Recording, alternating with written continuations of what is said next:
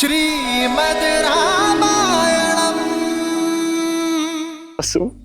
अपराधी हूँ मैं, आपका दंडित होने आया हूँ आपसे। जो दंड देना है भैया मुझे दीजिए, मुझे दंड दीजिए भैया। उठो भरत, हृदय में बसने वाले चरणों में नहीं बैठा करते।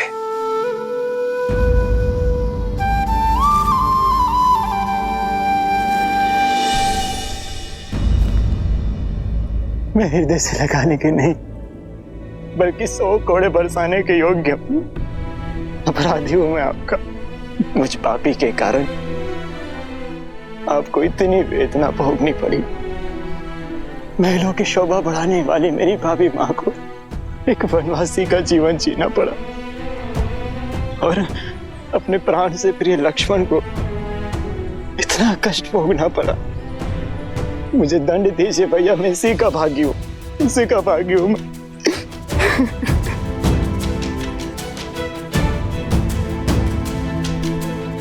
भरत भैया, बचपन से आपने सदैव मुझे अपने साथ रखा, कभी मुझे अकेला नहीं छोड़ा।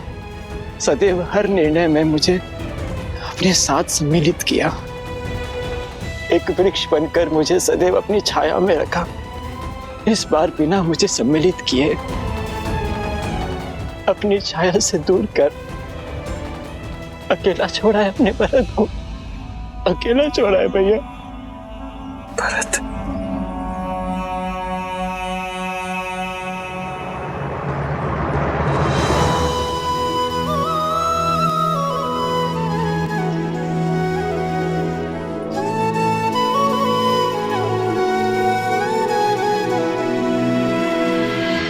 देखी भरत भावुक रघुराई, भ्रात मिलन की घड़ी है आई।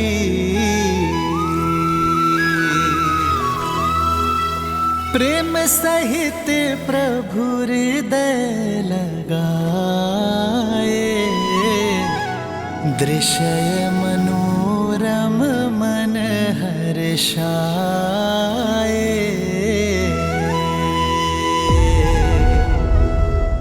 विश्वास नहीं होता, भिन्न भिन्न गर्भ से जन्म लेने वाले भाइयों के बीच इतना प्रेम। भाई एक दूसरे के पूरक होते हैं देवी।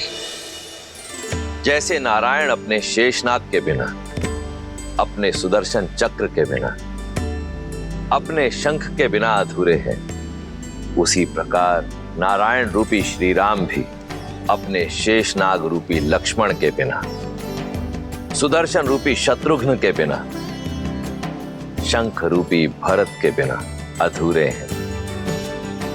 भविष्य में जब जब संसार में प्रेम और धर्म का महत्व कम होगा, तब तब ये संसार इन चारों भाइयों के परस्पर प्रेम और समर्पण को सदैव स्मरण करेगा। श्री रामचंद्र कृपालु भजु मन हरण भव भय दारुणम। नव कंज लोचन कंज मुख कर कंज पद कंजारुणम। सिया राम, सिया राम, सिया राम, सिया राम। आदर्श और मर्यादा की है ये कथा महापावनम। काटे मद श्री से मिला दे श्रीमद् रामायणम, श्रीमद् रामायणम।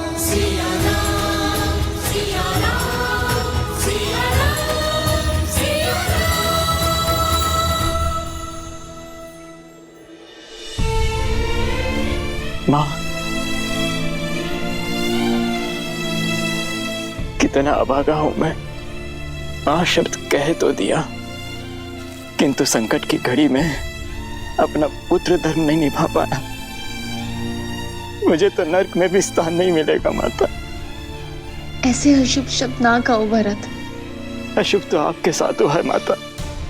अपराधी हूं मैं आपका, पापी हूं मैं। लक्ष्मण, लक्ष्मण, तुम्हारा भी अपराधी हूं मैं, पापी हूं मैं। तुम ही दंड दो मुझे। उठाओ ये धनुष और चला दो बाण मुझ पर।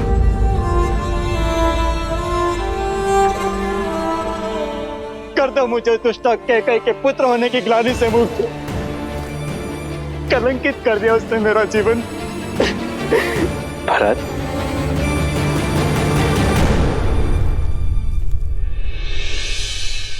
मेरी माता कैकई के लिए अपशब्द मत कहना। रघुकुल में स्त्री के सम्मान का पाठ पढ़ाया जाता है, उन्हें कलंकित करने का नहीं। और माता कैकई केवल एक स्त्री नहीं है, हमारी माता है। पिताश्री की तो सबसे प्रिय है माता कैकई। सोचो भरत, जब पिताश्री को ज्ञात होगा कि तुम्हारे विचार ऐसे हैं तो कितना कष्ट होगा उन्हें।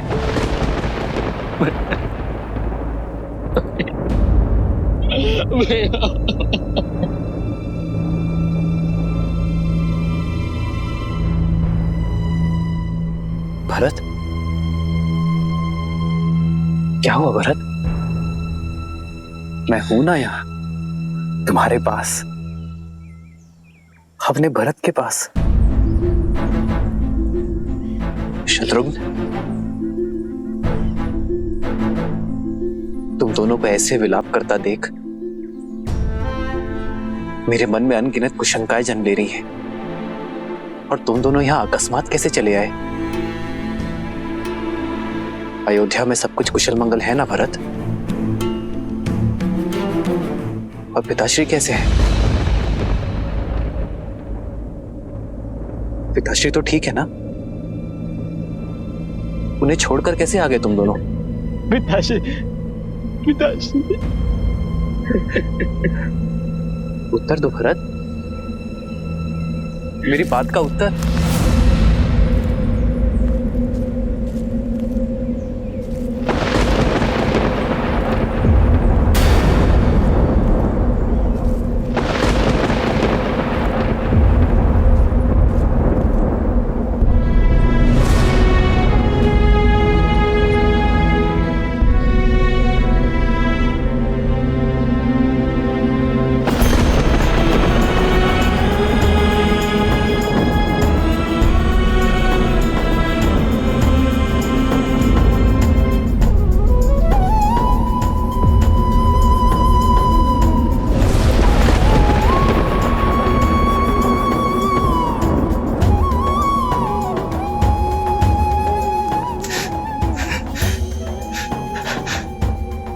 हमारा हाथ हो गए भैया।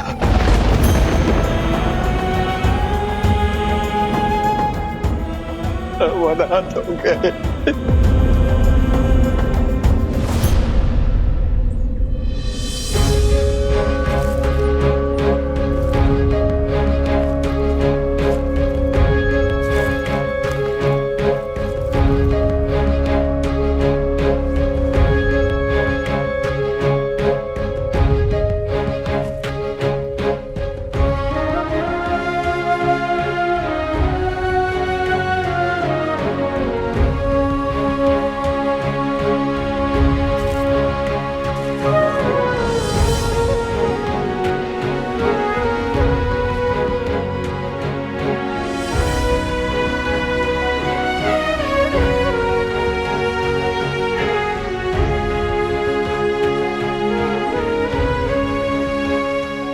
मां, पिताश्री के जाने के बाद मेरे माओ की ममता का ही तो सहारा है मुझे। यदि आप टूट गई मां, तो इस राम को कौन संभालेगा?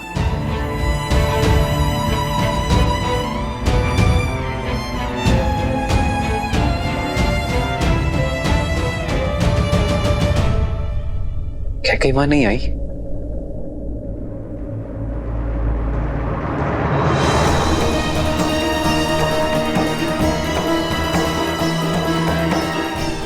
मां,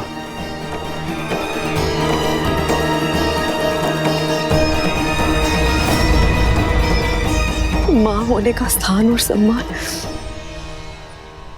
दोनों खो चुकी हूं मैं। मुझ जैसी कुमाता के चरण छूकर आपके भागी मत बनो राम। स्वर्ग जैसी अयोध्या में ईर्ष्या का बीज खोला है मैंने। प्राणों से अधिक प्रेम करने वाले पति के प्राण लिए हैं मैंने। सगे पुत्र से भी अधिक प्रेम और सम्मान करने वाले पुत्र को कष्टों का ये वियोग दिया है मैंने राम। मैं तो तुमसे क्षमा मांगने योग्य भी नहीं हो रहा,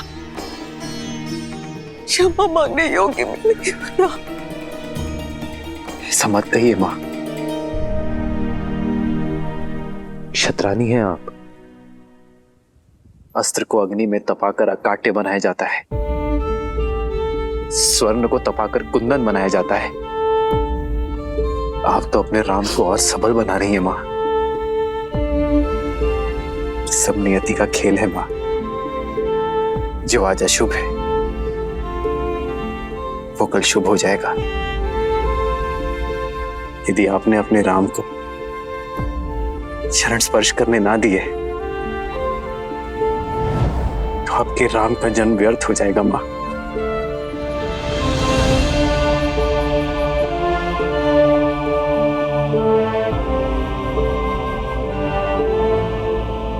इस जन्म में तो मेरे पाप के दंड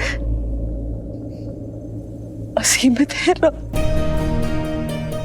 कभी भी किसी पुत्र को मुझ जैसी माता न मिले, किंतु प्रभु से यही प्रार्थना होगी कि हर जन्म में मुझे तुम जैसा पुत्र ही मिले, मेरा राम।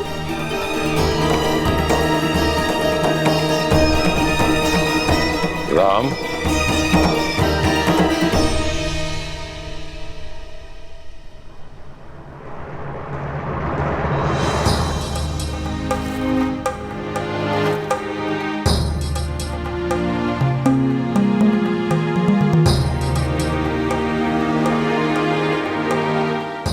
जो बीत गया उस पर शोक नहीं करते राम।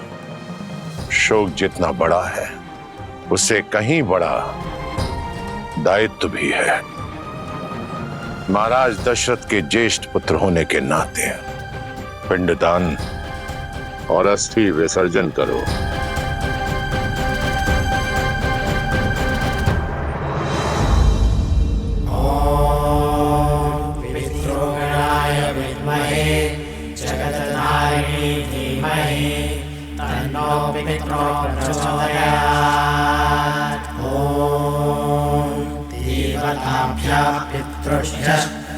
महायोगेभ्यः एव च नमः। स्वाहायै स्वधायै नित्यमेव नमो नमः। आद्यभूताय विद्महे सर्वसेव्याय धीमहि शिवशक्तिस्वरूपेण पितृदेव प्रचोदयात्।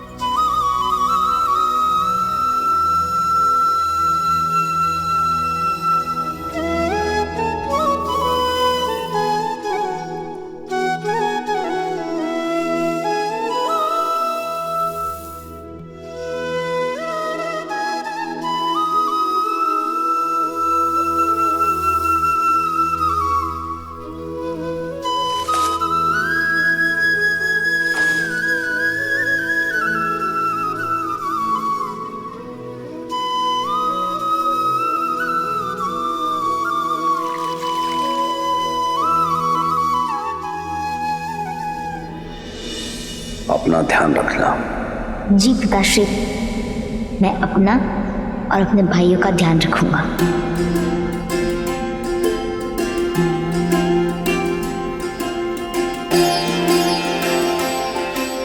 हमारे पिताश्री साक्षात धर्म थे और धर्म कभी संसार से नहीं जाता।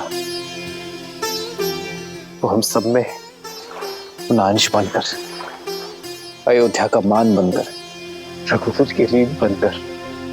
महाराज दशरथ की अंतिम संस्कार की अंतिम क्रिया समाप्त हुई। पंचतत्वों से बना हुआ शरीर पंचतत्वों में विलीन हो गया। जीवन का यही परम सत्य है और इसे स्वीकार करो पुत्र, और अपने पिता के सपनों को और उनकी मर्यादाओं को साकार करो।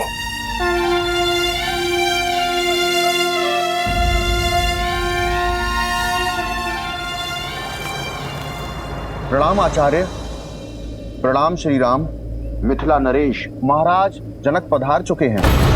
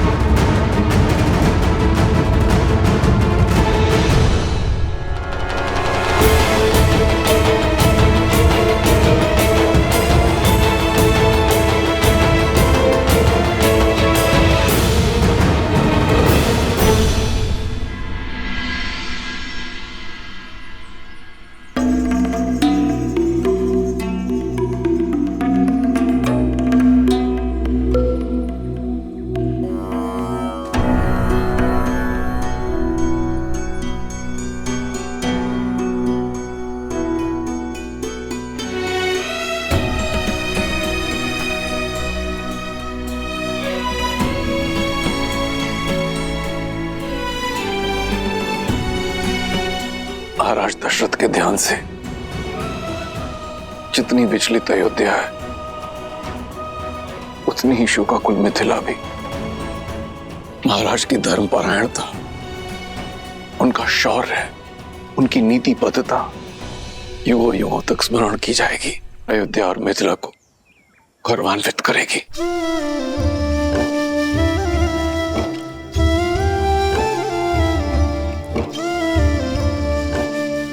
जिस पुत्री को इतने लाड प्यार से पाला, उस पुत्री को इस वनवासी रूप में देख आंखें भी भर आई और मन भी। मैं तुम्हारे लिए तुम्हारी माता का संदेश लाया हूं। वो चाहती हैं कि तुम अयोध्या लौट जाओ।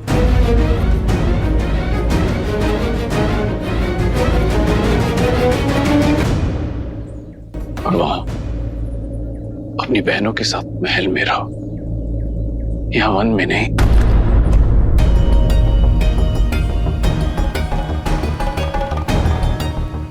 जैसे राम के साथ लक्ष्मण है, वैसे ही अपनी बहनों के साथ सीता।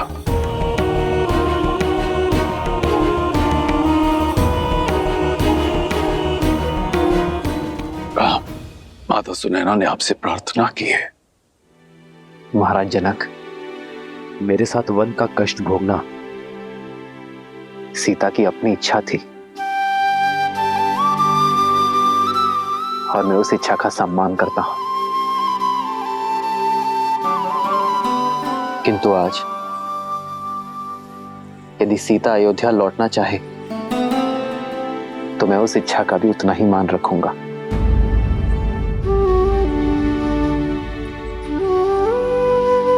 पुत्री, अब तो श्री राम की भी सहमति है। तुम साथ चलोगी ना पुत्री? ये एक पिता की विनती है। पिता के निश्चल प्रेम को और पति के समर्पण को कोई स्त्री नहीं नकार सकती पिताश्री। परंतु क्षमा चाहती हूँ पिताश्री। माता से कहिएगा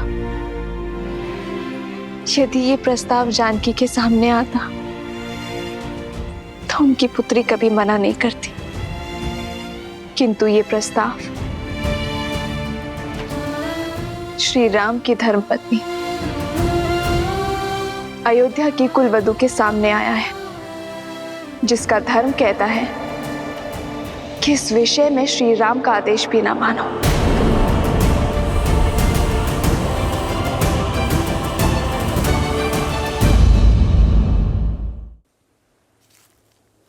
पिताश्री, माता से कहिएगा कि अग्नि साक्षी बने हैं हम, और ये बंधन इस संसार के किसी भी कष्ट से नहीं कटेगा।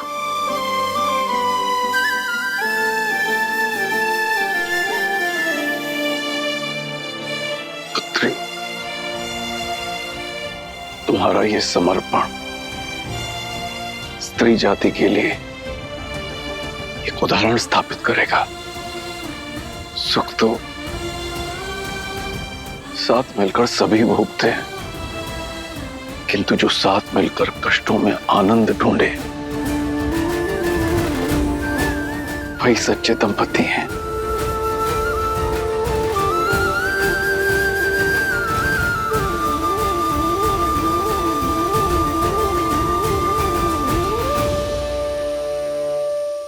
क्या करूं पिताश्री,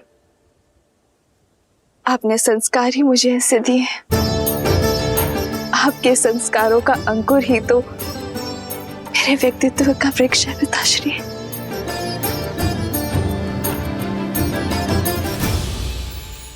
और अयोध्या में जो विष की फसल लहरा रही है, उसे काटने के लिए आप सभी को लौटना होगा भैया।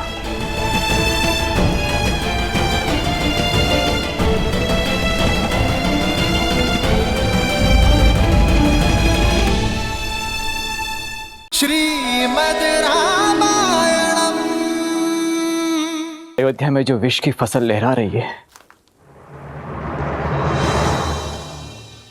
उसे काटने के लिए आप सभी को लौटना होगा भैया। मेरे श्री राम और माता सीता का स्थान महल में है, यहाँ वन में नहीं भैया।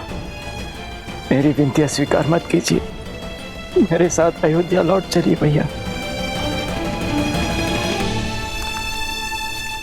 तो रघुकुल का एक पुत्र दूसरे पुत्र से कह रहा है कि वो रघुकुल की मर्यादा का त्याग कर दे, पिताश्री के वचनों का उल्लंघन कर दे। क्या ये उचित है भरत? आपका यहाँ वन में कष्ट भोगना उससे अधिक अनुचित इस संसार में और कुछ नहीं होगा भैया। आप चाहे कितना ही प्रयास क्यों ना कर ले, किंतु मैं आपके बिना नहीं जाऊंगा।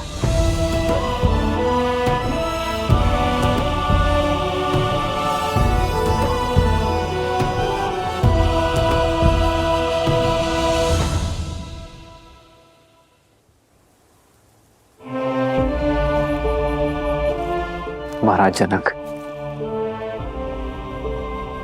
अब आप ही समझाइए अपने जमाता को। इस समस्या का समाधान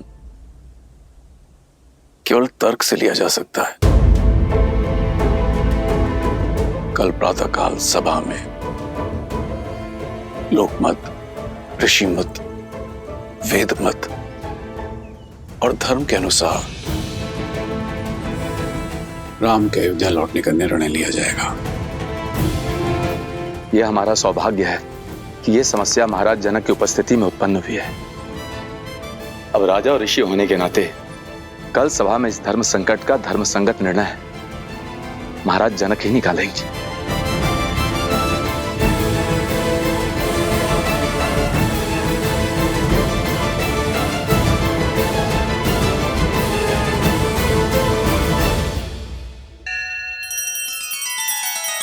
श्री रामचंद्र कृपालु भजु मन हरण भव भय दारुणम् नव कंज लोचन कंज मुख कर कंज पद कंजारुण। सिया राम, सिया राम, सिया राम, सिया राम। आदर्श और मर्यादा की है ये कथा महापावनम। काट मद श्री से मिला दे श्रीमद् रामायणम, श्रीमद् रामायणम। सिया राम, सिया राम, सिया राम, सिया राम।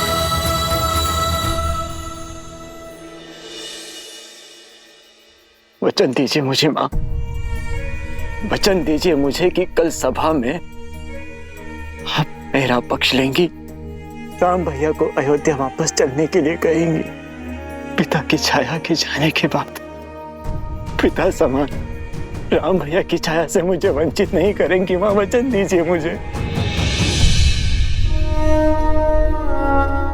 मुझसे अधिक राम को तुम जानते हो, फिर भी हट कर रहे हो, भूल रहे हो कि मेरी हर बात की नीति संगत काट होगी उसके पास।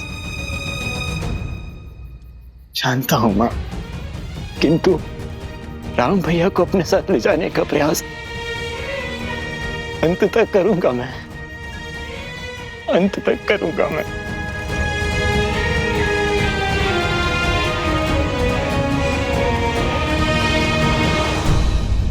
भरत भैया का आपके प्रति प्रेम और समर्पण देखकर मैं गदगद हो गई आर्यन।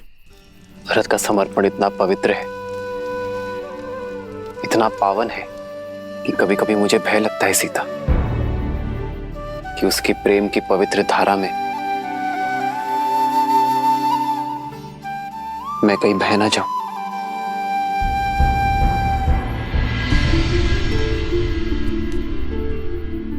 गुरुदेव,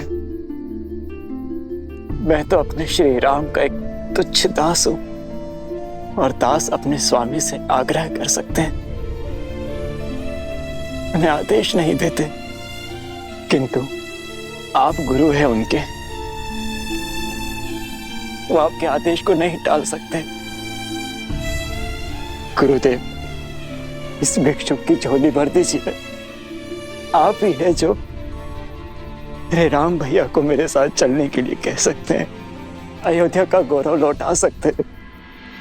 उनके बिना मेरे जीवन का अर्थ ही समाप्त हो जाएगा। यदि भैया मेरे साथ नहीं आए तो किस मुख से लौटूंगा मैं अयोध्या, किस मुख से लौटूंगा? तुम धन्य हो भरत, तुम धन्य हो। जिस प्रकार भक्त की निश्चल भक्ति के वश में आकर भगवान सृष्टि के नियम तोड़ देते हैं और विधि के विधान को बदल देते हैं, उसी प्रकार मैं भी कामना करूंगा और प्रयास भी करूंगा कि राम अपना निर्णय बदल दें और अयोध्या का गौरव अयोध्या आ जाए। देवी, कल चित्रकूट में होने वाली सभा किसी एक समस्या के निवारण हेतु नहीं होगी, अपितु युगों युगों तक न्याय, धर्म, नीति, मर्यादा, प्रेम और त्याग को परिभाषित करेगी, संसार को संबंधों की गरिमा सिखाएगी। किंतु धर्म और कर्तव्य के इस महासमर में जनक किसका पक्ष लेंगे महादेव? उचित और अनुचित के बीच चयन करना तो बहुत सरल है, किंतु यहाँ तो हर कोई अपने अपने दृष्टिकोण से उचित है। दृष्टिकोण, दृष्टिकोण ही इस कथा को महागाथा बनाएगा देवी। अब तक संसार ने केवल यही देखा कि अपनों से ही पद, प्रतिष्ठा और सिंहासन के लिए लड़ते आए हैं, परंतु मानव इतिहास में ऐसा पहली बार होगा जब हर कोई राज सिंहासन त्यागने के लिए सज्ज होगा। उनके लिए जिनसे वो प्रेम करता है। अब देखिएगा देवी, कल की ये सभा आने वाली पीढ़ियों के लिए आदर्श जीवन जीने का मार्ग प्रशस्त करेगी।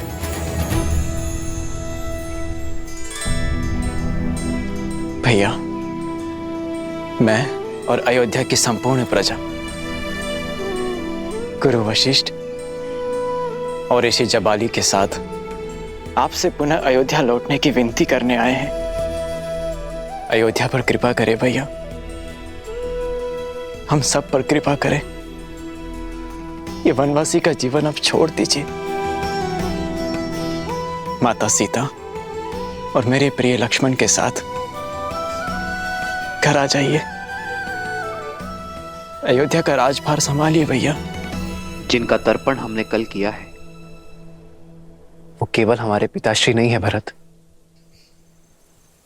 साक्षात धर्म है। और उनके पश्चात उनके धर्म का उत्तरदायित्व हम पर भी है। जो वचन उनके जीवित रहते निभाया वो उनके मरणोपरांत कैसे तोड़ दूं भरत?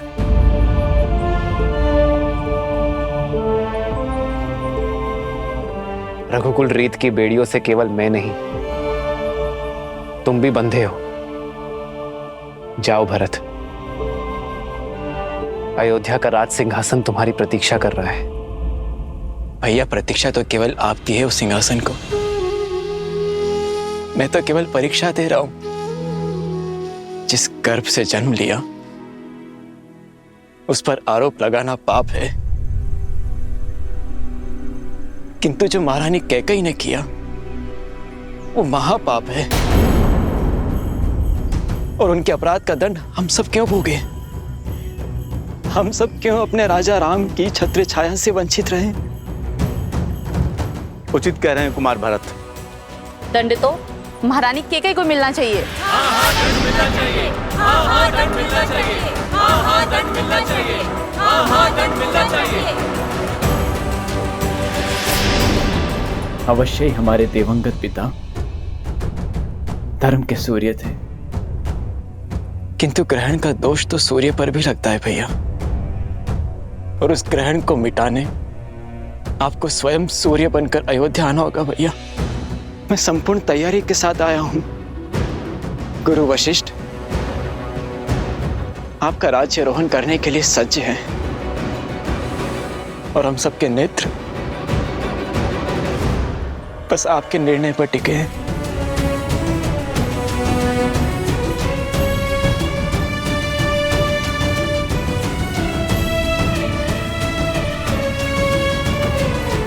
भरत,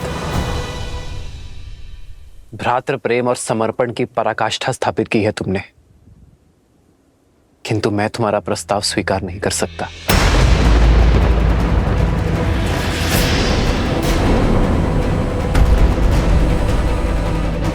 एक वचन मैं निभा रहा हूं तो दूसरा वचन तुम निभाओ भरत। अयोध्या की सेवा करो। मेरे भाग्य में तो संतों की सेवा का सुख और असुरों के आतंक का अंत करना है। मेरा मार्गदर्शक तो स्वयं धर्म है और मैं उसी के दिखाए पथ पर चलूंगा।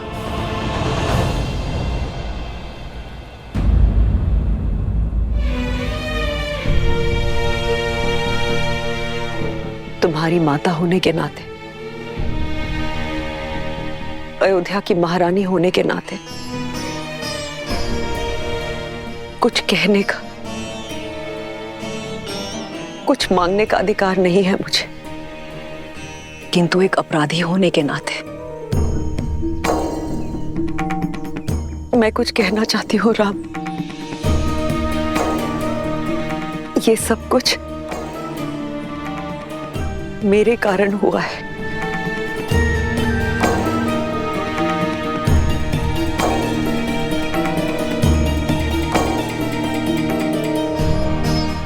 तुम्हारे पिताश्री से वचन मांगने वाली मैं थी।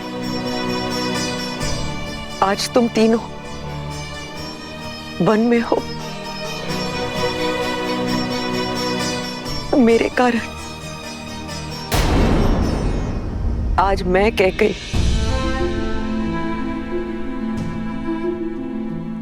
अपने पुत्र राम को हर वचन से मुक्त करती हूँ। आज मैं अपने सारे वचन वापस लेती हूँ राम। हमारे साथ अयोध्या वापस चलो राम, हमारे साथ अयोध्या वापस चलो।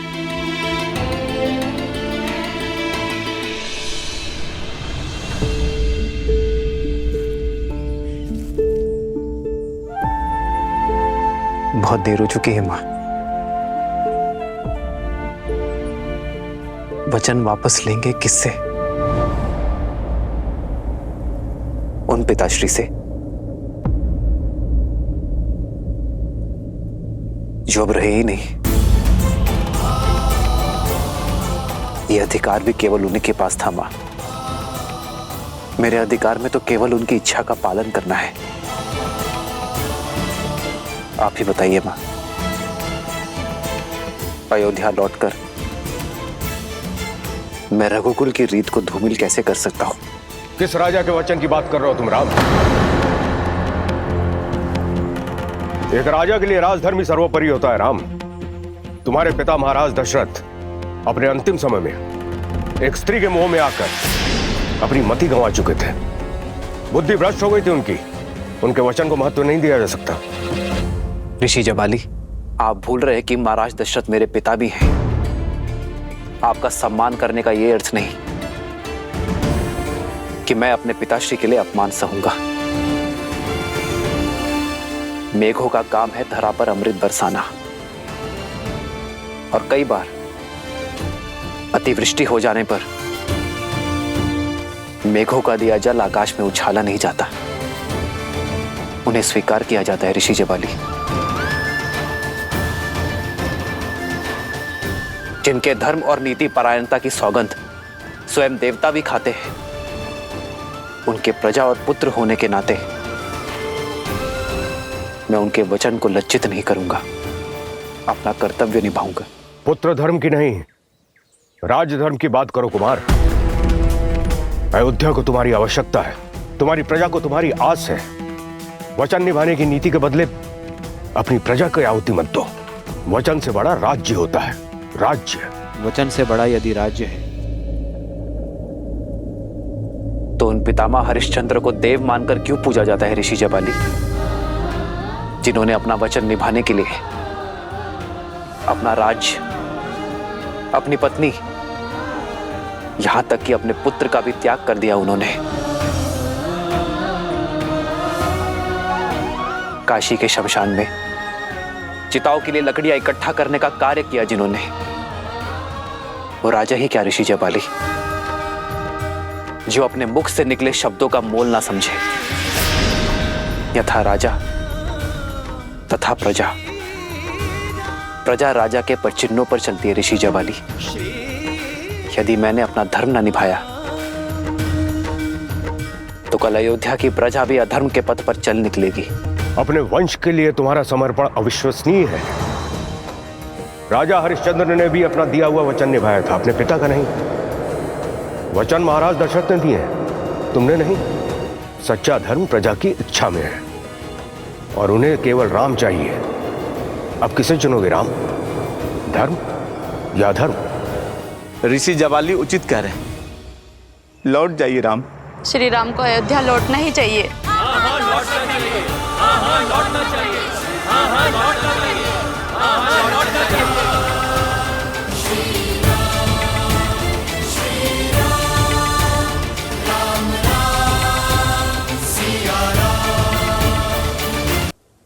ऋषि जबाली, संतान तो आत्मज होती है, अर्थात अपने पिता की आत्मा का अंश होता है उसमें। यदि मैंने अपने पिता के वचन ना निभाए तो दोषी केवल पिताश्री की आत्मा ही नहीं, मेरी भी आत्मा होगी। विद्या आरंभ करते समय मनुष्य जब जनेऊ धारण करता है तब 3 धागों में पितृ ऋण का भी एक धागा होता है। क्या अपने पिता का ऋण चुकाना एक पुत्र का धर्म नहीं?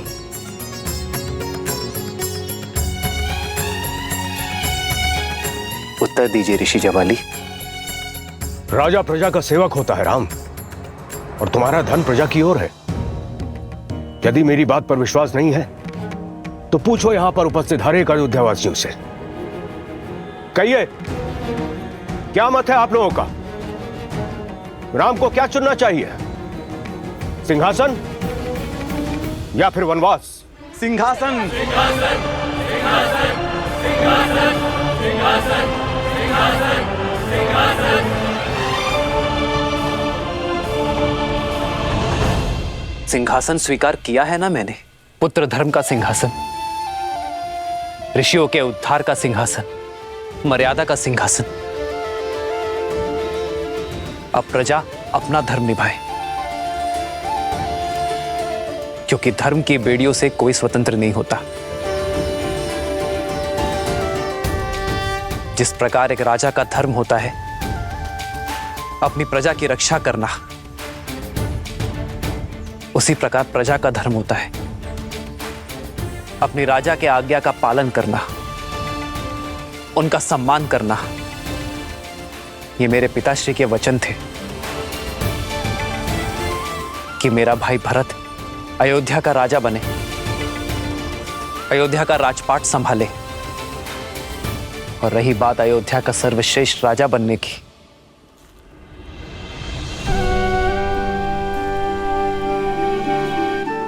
तो अयोध्या तो क्या, जिस किसी भी नगरी में मेरे भरत जैसी पुण्यात्मा का राज होगा, वो स्थान स्वर्ग बन जाएगा। गुरु वशिष्ठ ने हम चारों को एक समान शिक्षा दी है ऋषि जवाली। हम चारों ही जन सेवा के लिए उपयुक्त थे।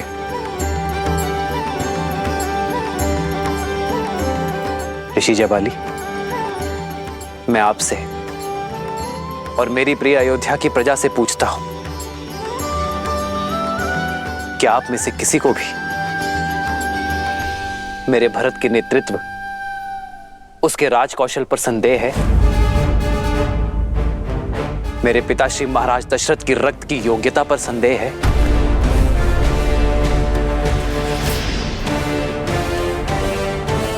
यदि आप में से कोई भी मुझे मेरे भरत की एक त्रुटि, एक दोष, एक अवगुण बता दे जिस कारण उसे अयोध्यापति नहीं बनना चाहिए, तो मैं इसी क्षण अयोध्या का राज सिंहासन संभालने के लिए सज्ज हूं।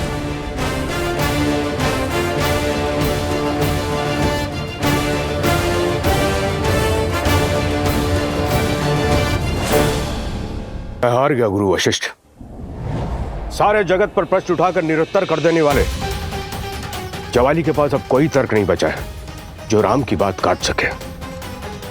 अब आप ही समझाइए इन्हें कि ये अपनी हट छोड़कर अपना राज्य संभालें।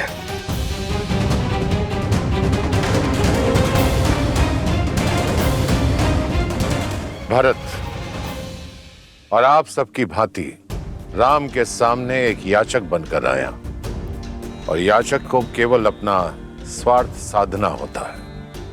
उसके लिए उचित अनुचित, धर्म अधर्म, न्याय अन्याय की रेखा धूमिल हो जाती है। इस पल मैं भी ये निर्णय करने में असमर्थ हूं। हम बहुत भाग्यशाली हैं कि हमारे बीच ज्ञानी प्रज्ञा उपस्थित है। मिथिला नरेश जनक, अब धर्म की लाज आपके हाथों में है। बताइए राजा जनक, क्या निर्णय है आपका?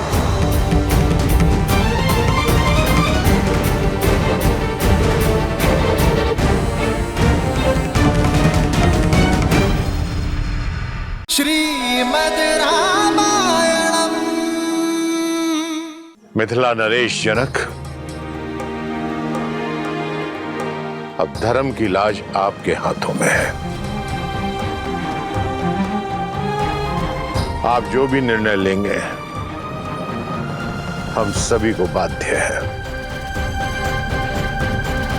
बोलो राम, क्या तुम्हें महाराज जनक का निर्णय स्वीकार होगा?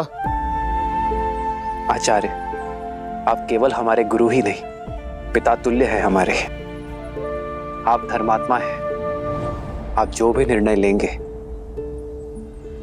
वो मुझे सहर्ष स्वीकार होगा।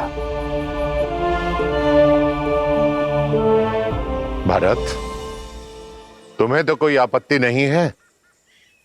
नहीं गुरुदेव। महाराज जनक धर्मात्मा ही नहीं, हमारे धर्म पिता भी है। किंतु एक विनती है इनसे कि निर्णय लेते समय धर्म के साथ मेरे प्रेम का भी मान रखिएगा।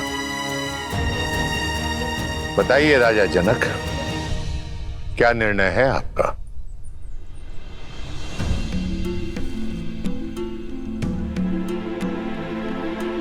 कोई भी निर्णय लेने से पहले मैं अपने सौभाग्य को धन्यवाद देता हूं कि मुझे इस धर्म सभा में उपस्थित होने का अवसर मिला। एक और राम है जो धर्म और मर्यादा की प्रतीक है, तो दूसरी ओर भरत जो प्रेम और समर्पण की पराकाष्ठा है।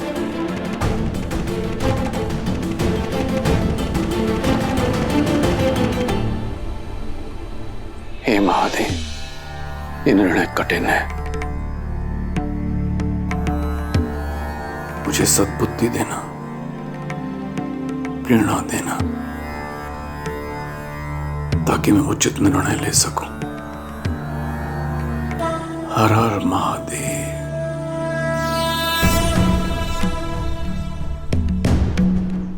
आप पुत्र बनकर अपने पिता के और प्रजा बनकर अपने महाराज के वचन का पालन करना चाहते हैं। आप धर्म के पथ पर हैं। शास्त्रों में भी कहा गया है, धर्मो रक्षति रक्षितः, अर्थात जो धर्म की रक्षा करता है धर्म उसकी रक्षा करता है। आप धर्म के पथ पर हैं। और भरत, आपके हृदय में अपने भाई के प्रति निश्चल प्रेम और भक्ति की वो प्रवाह है जिसके वेग से स्वयं भगवान विष्णु भी न बच सके, जिन्होंने अपने भक्त प्रहलाद को उनके पिता हिरण्यकश्यप के आतंक से बचाने के लिए अपनी माता के गर्भ से जन्म लेने की भी प्रतीक्षा नहीं की और सृष्टि के सारे नियमों को तोड़कर एक स्तंभ से नरसिंह के रूप में अवतरित होकर अपने भक्त प्रहलाद की रक्षा की।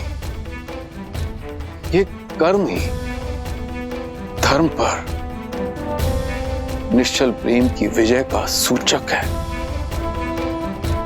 और आज जब एक पलड़े में राम का धर्म है और दूसरे पलड़े में भरत का प्रेम, तो मेरे विचार से आज भी प्रेम का पलड़ा ही भारी है। अतः विजय प्रेम की हुई, विजय भरत की हुई।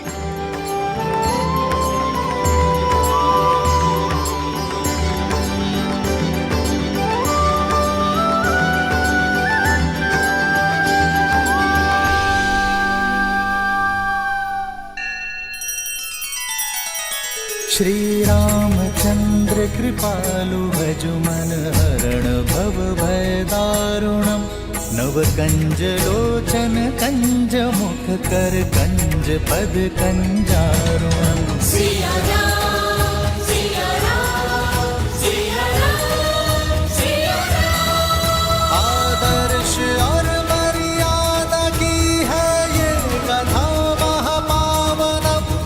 काट मद श्री से मिला दे श्रीमद रामायणम।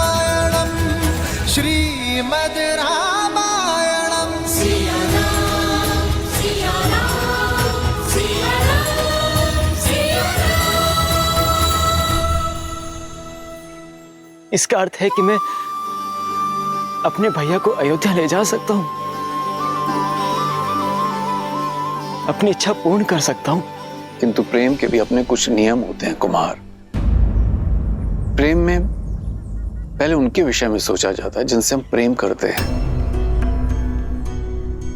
प्रेम में स्वार्थ नहीं, समर्पण का सहारा लिया जाता है, ना कि अपनी इच्छा पूर्ति का।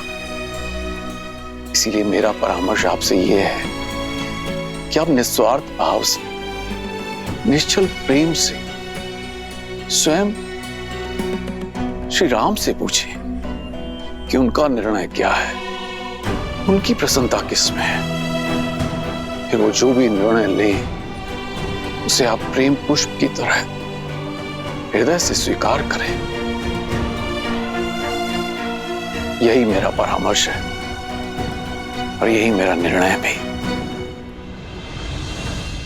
महाराजा जनक, आपका कोटि कोटि धन्यवाद। निश्चल और निस्वार्थ के प्रेम की परिभाषा आज समझ आई मुझे, और इसके लिए भरत आपका सदैव आभारी रहेगा।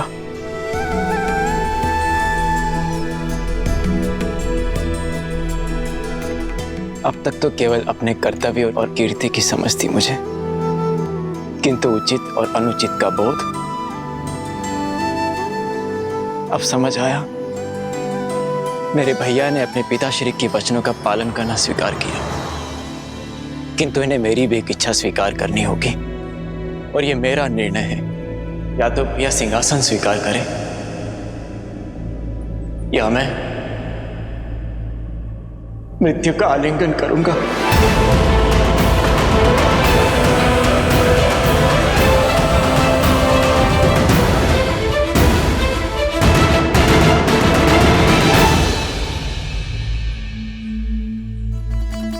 तुम्हारे प्रेम के वेग ने मुझे भी बहा दिया है भरत।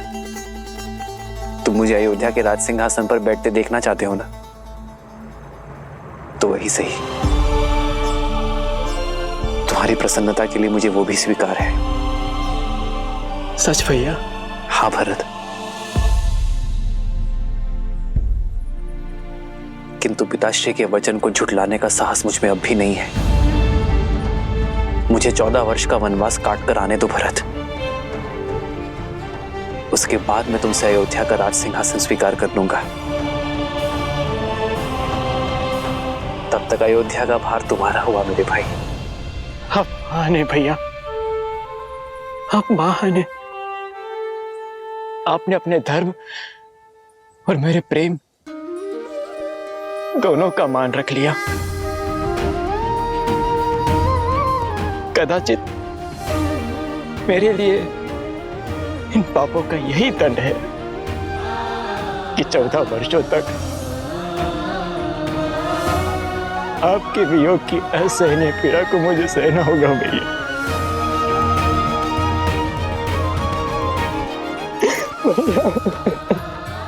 भरत,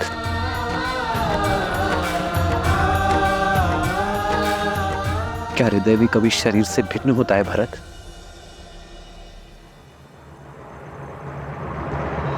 भैया, आप जो कह रहे हैं वो सब स्वीकार है मुझे, परंतु यदि मैं आपसे कुछ मांगूं तो क्या आप दोगे?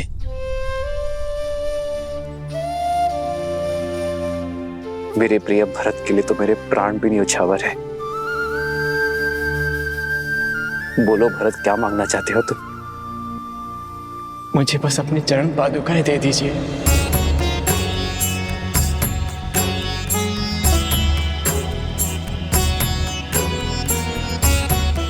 अयोध्या का राज्य भार बहुत बड़ा है भैया, और जिस सिंहासन पर मेरे भैया राम का अधिकार हो, उस सिंहासन पर बैठने का मैं दुस्साहस नहीं कर सकता। अयोध्या और अयोध्या का राज सिंहासन आपकी प्रतीक्षा करेंगे। प्रतीक्षा के इन क्षणों में आपकी चरण पादुका को राज सिंहासन पर रख अपना कर्तव्य निभाऊंगा।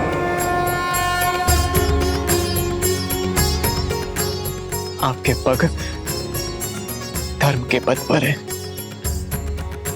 और आपके चरणों में पड़ी पादुकाओं को राज सिंहासन पर रखने से हमारी अयोध्या से धर्म का लोप नहीं होगा भैया।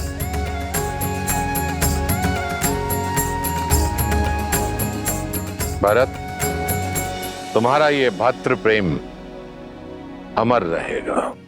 तुम्हारा नाम केवल लेने से सबके पाप दूर हो जाएंगे।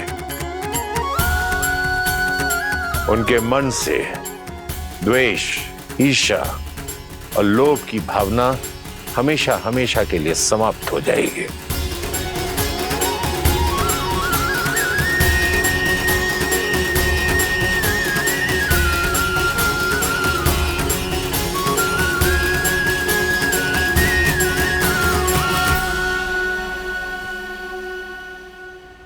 आदर्श और मर्यादा की है ये कथा महापावनम, काटे मद श्री से मिला ले श्रीमद् रामायणम, श्रीमद् रामायणम, श्रीमद् रामायणम। इन पर अपने पैर रख के इसे पवित्र कर दीजिए भैया। श्री राम, श्री राम, श्री राम, श्री राम।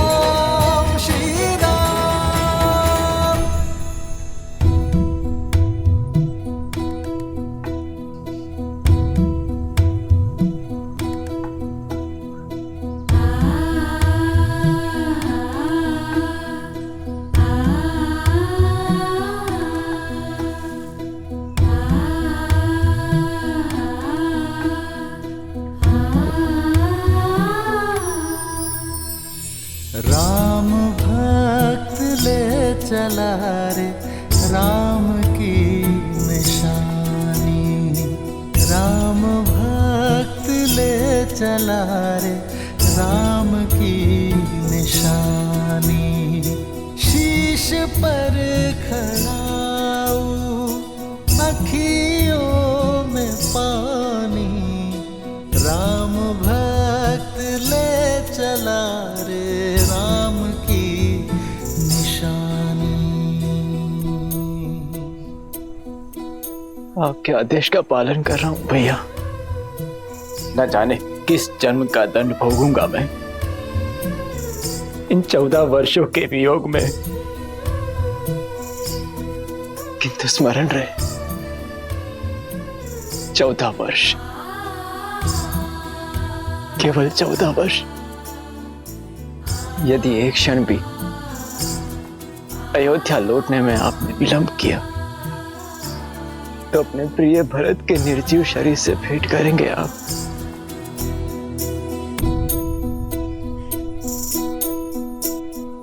शीश खड़ाऊ ले चला ऐसे राम सिया जी संग हो जैसे।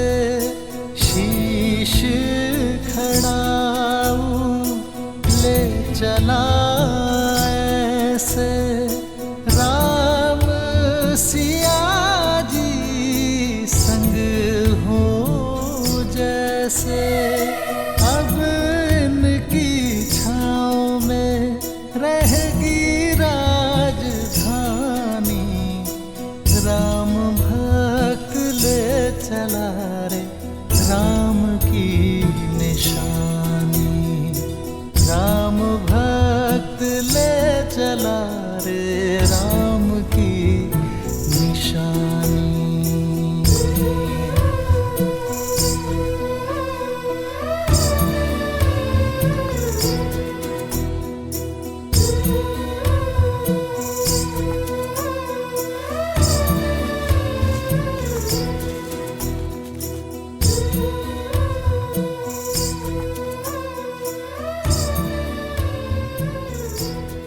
जितना पवित्र भरत का मन है उतनी ही पवित्र उसकी भ्रातृ भक्ति है।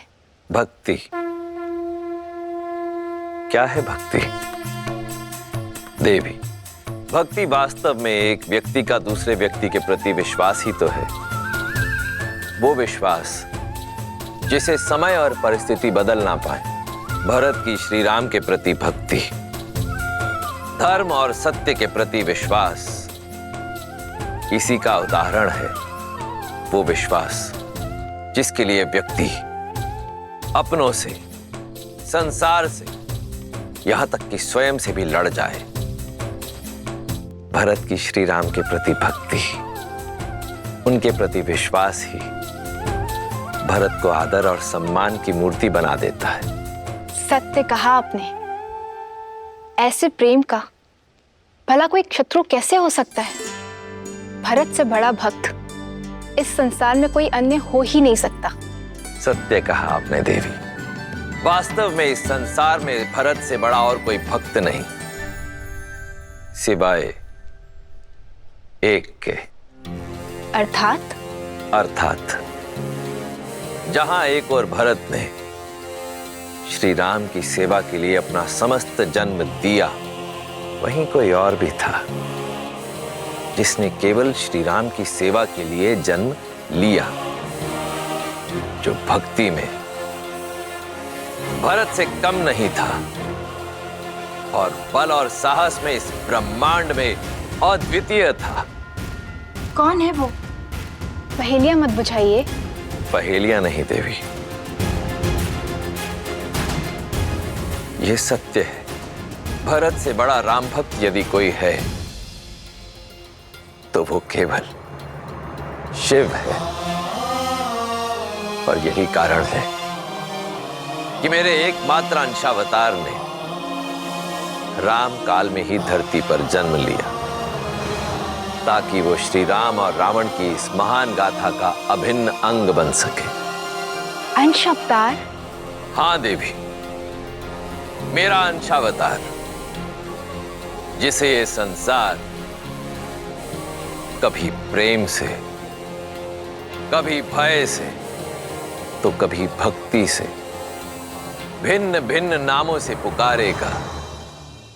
अंजनाद्री में जन्मे माता अंजनी के पुत्र अंजनेय, पवन सुत हनुमान, पवन सुत हनुमान। परंतु अभी मेरा यह अंशावतार कहीं प्रतीक्षारत है अपने प्रभु श्री राम से मिलन के लिए। जय महावीर हनुमान, जय जय पवन पुत्र हनुमान।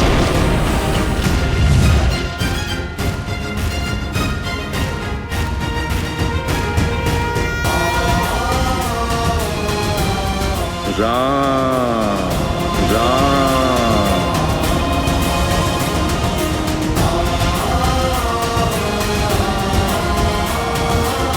राम राम।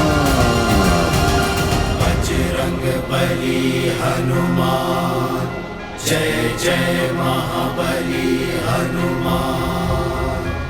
राम राम।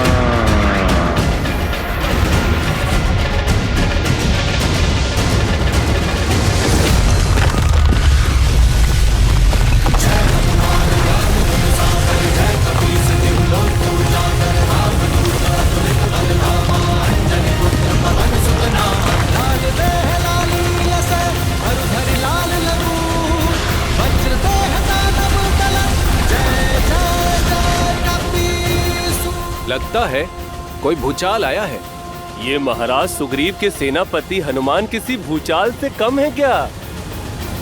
राम राम।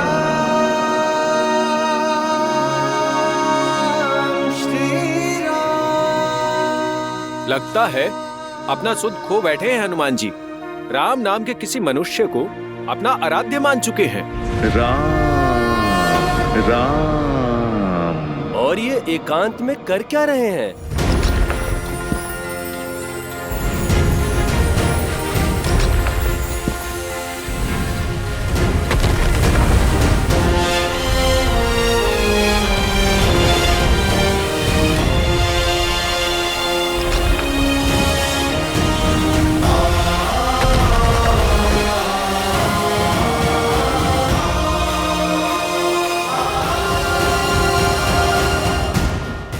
जाने राम नाम का जाप क्या क्या करवाएगा इनसे।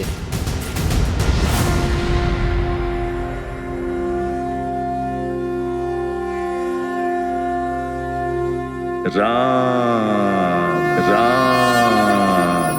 श्री गुरु चरण सरोज रज, निज मनु मुकुरु सुधारी, बरनउँ रघुबर बिमल जसु, जो दायकु फल चारी।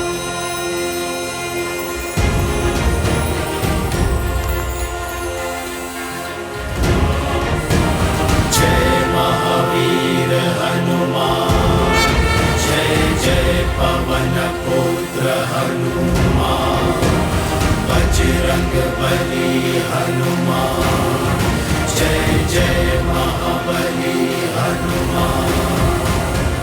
राम राम।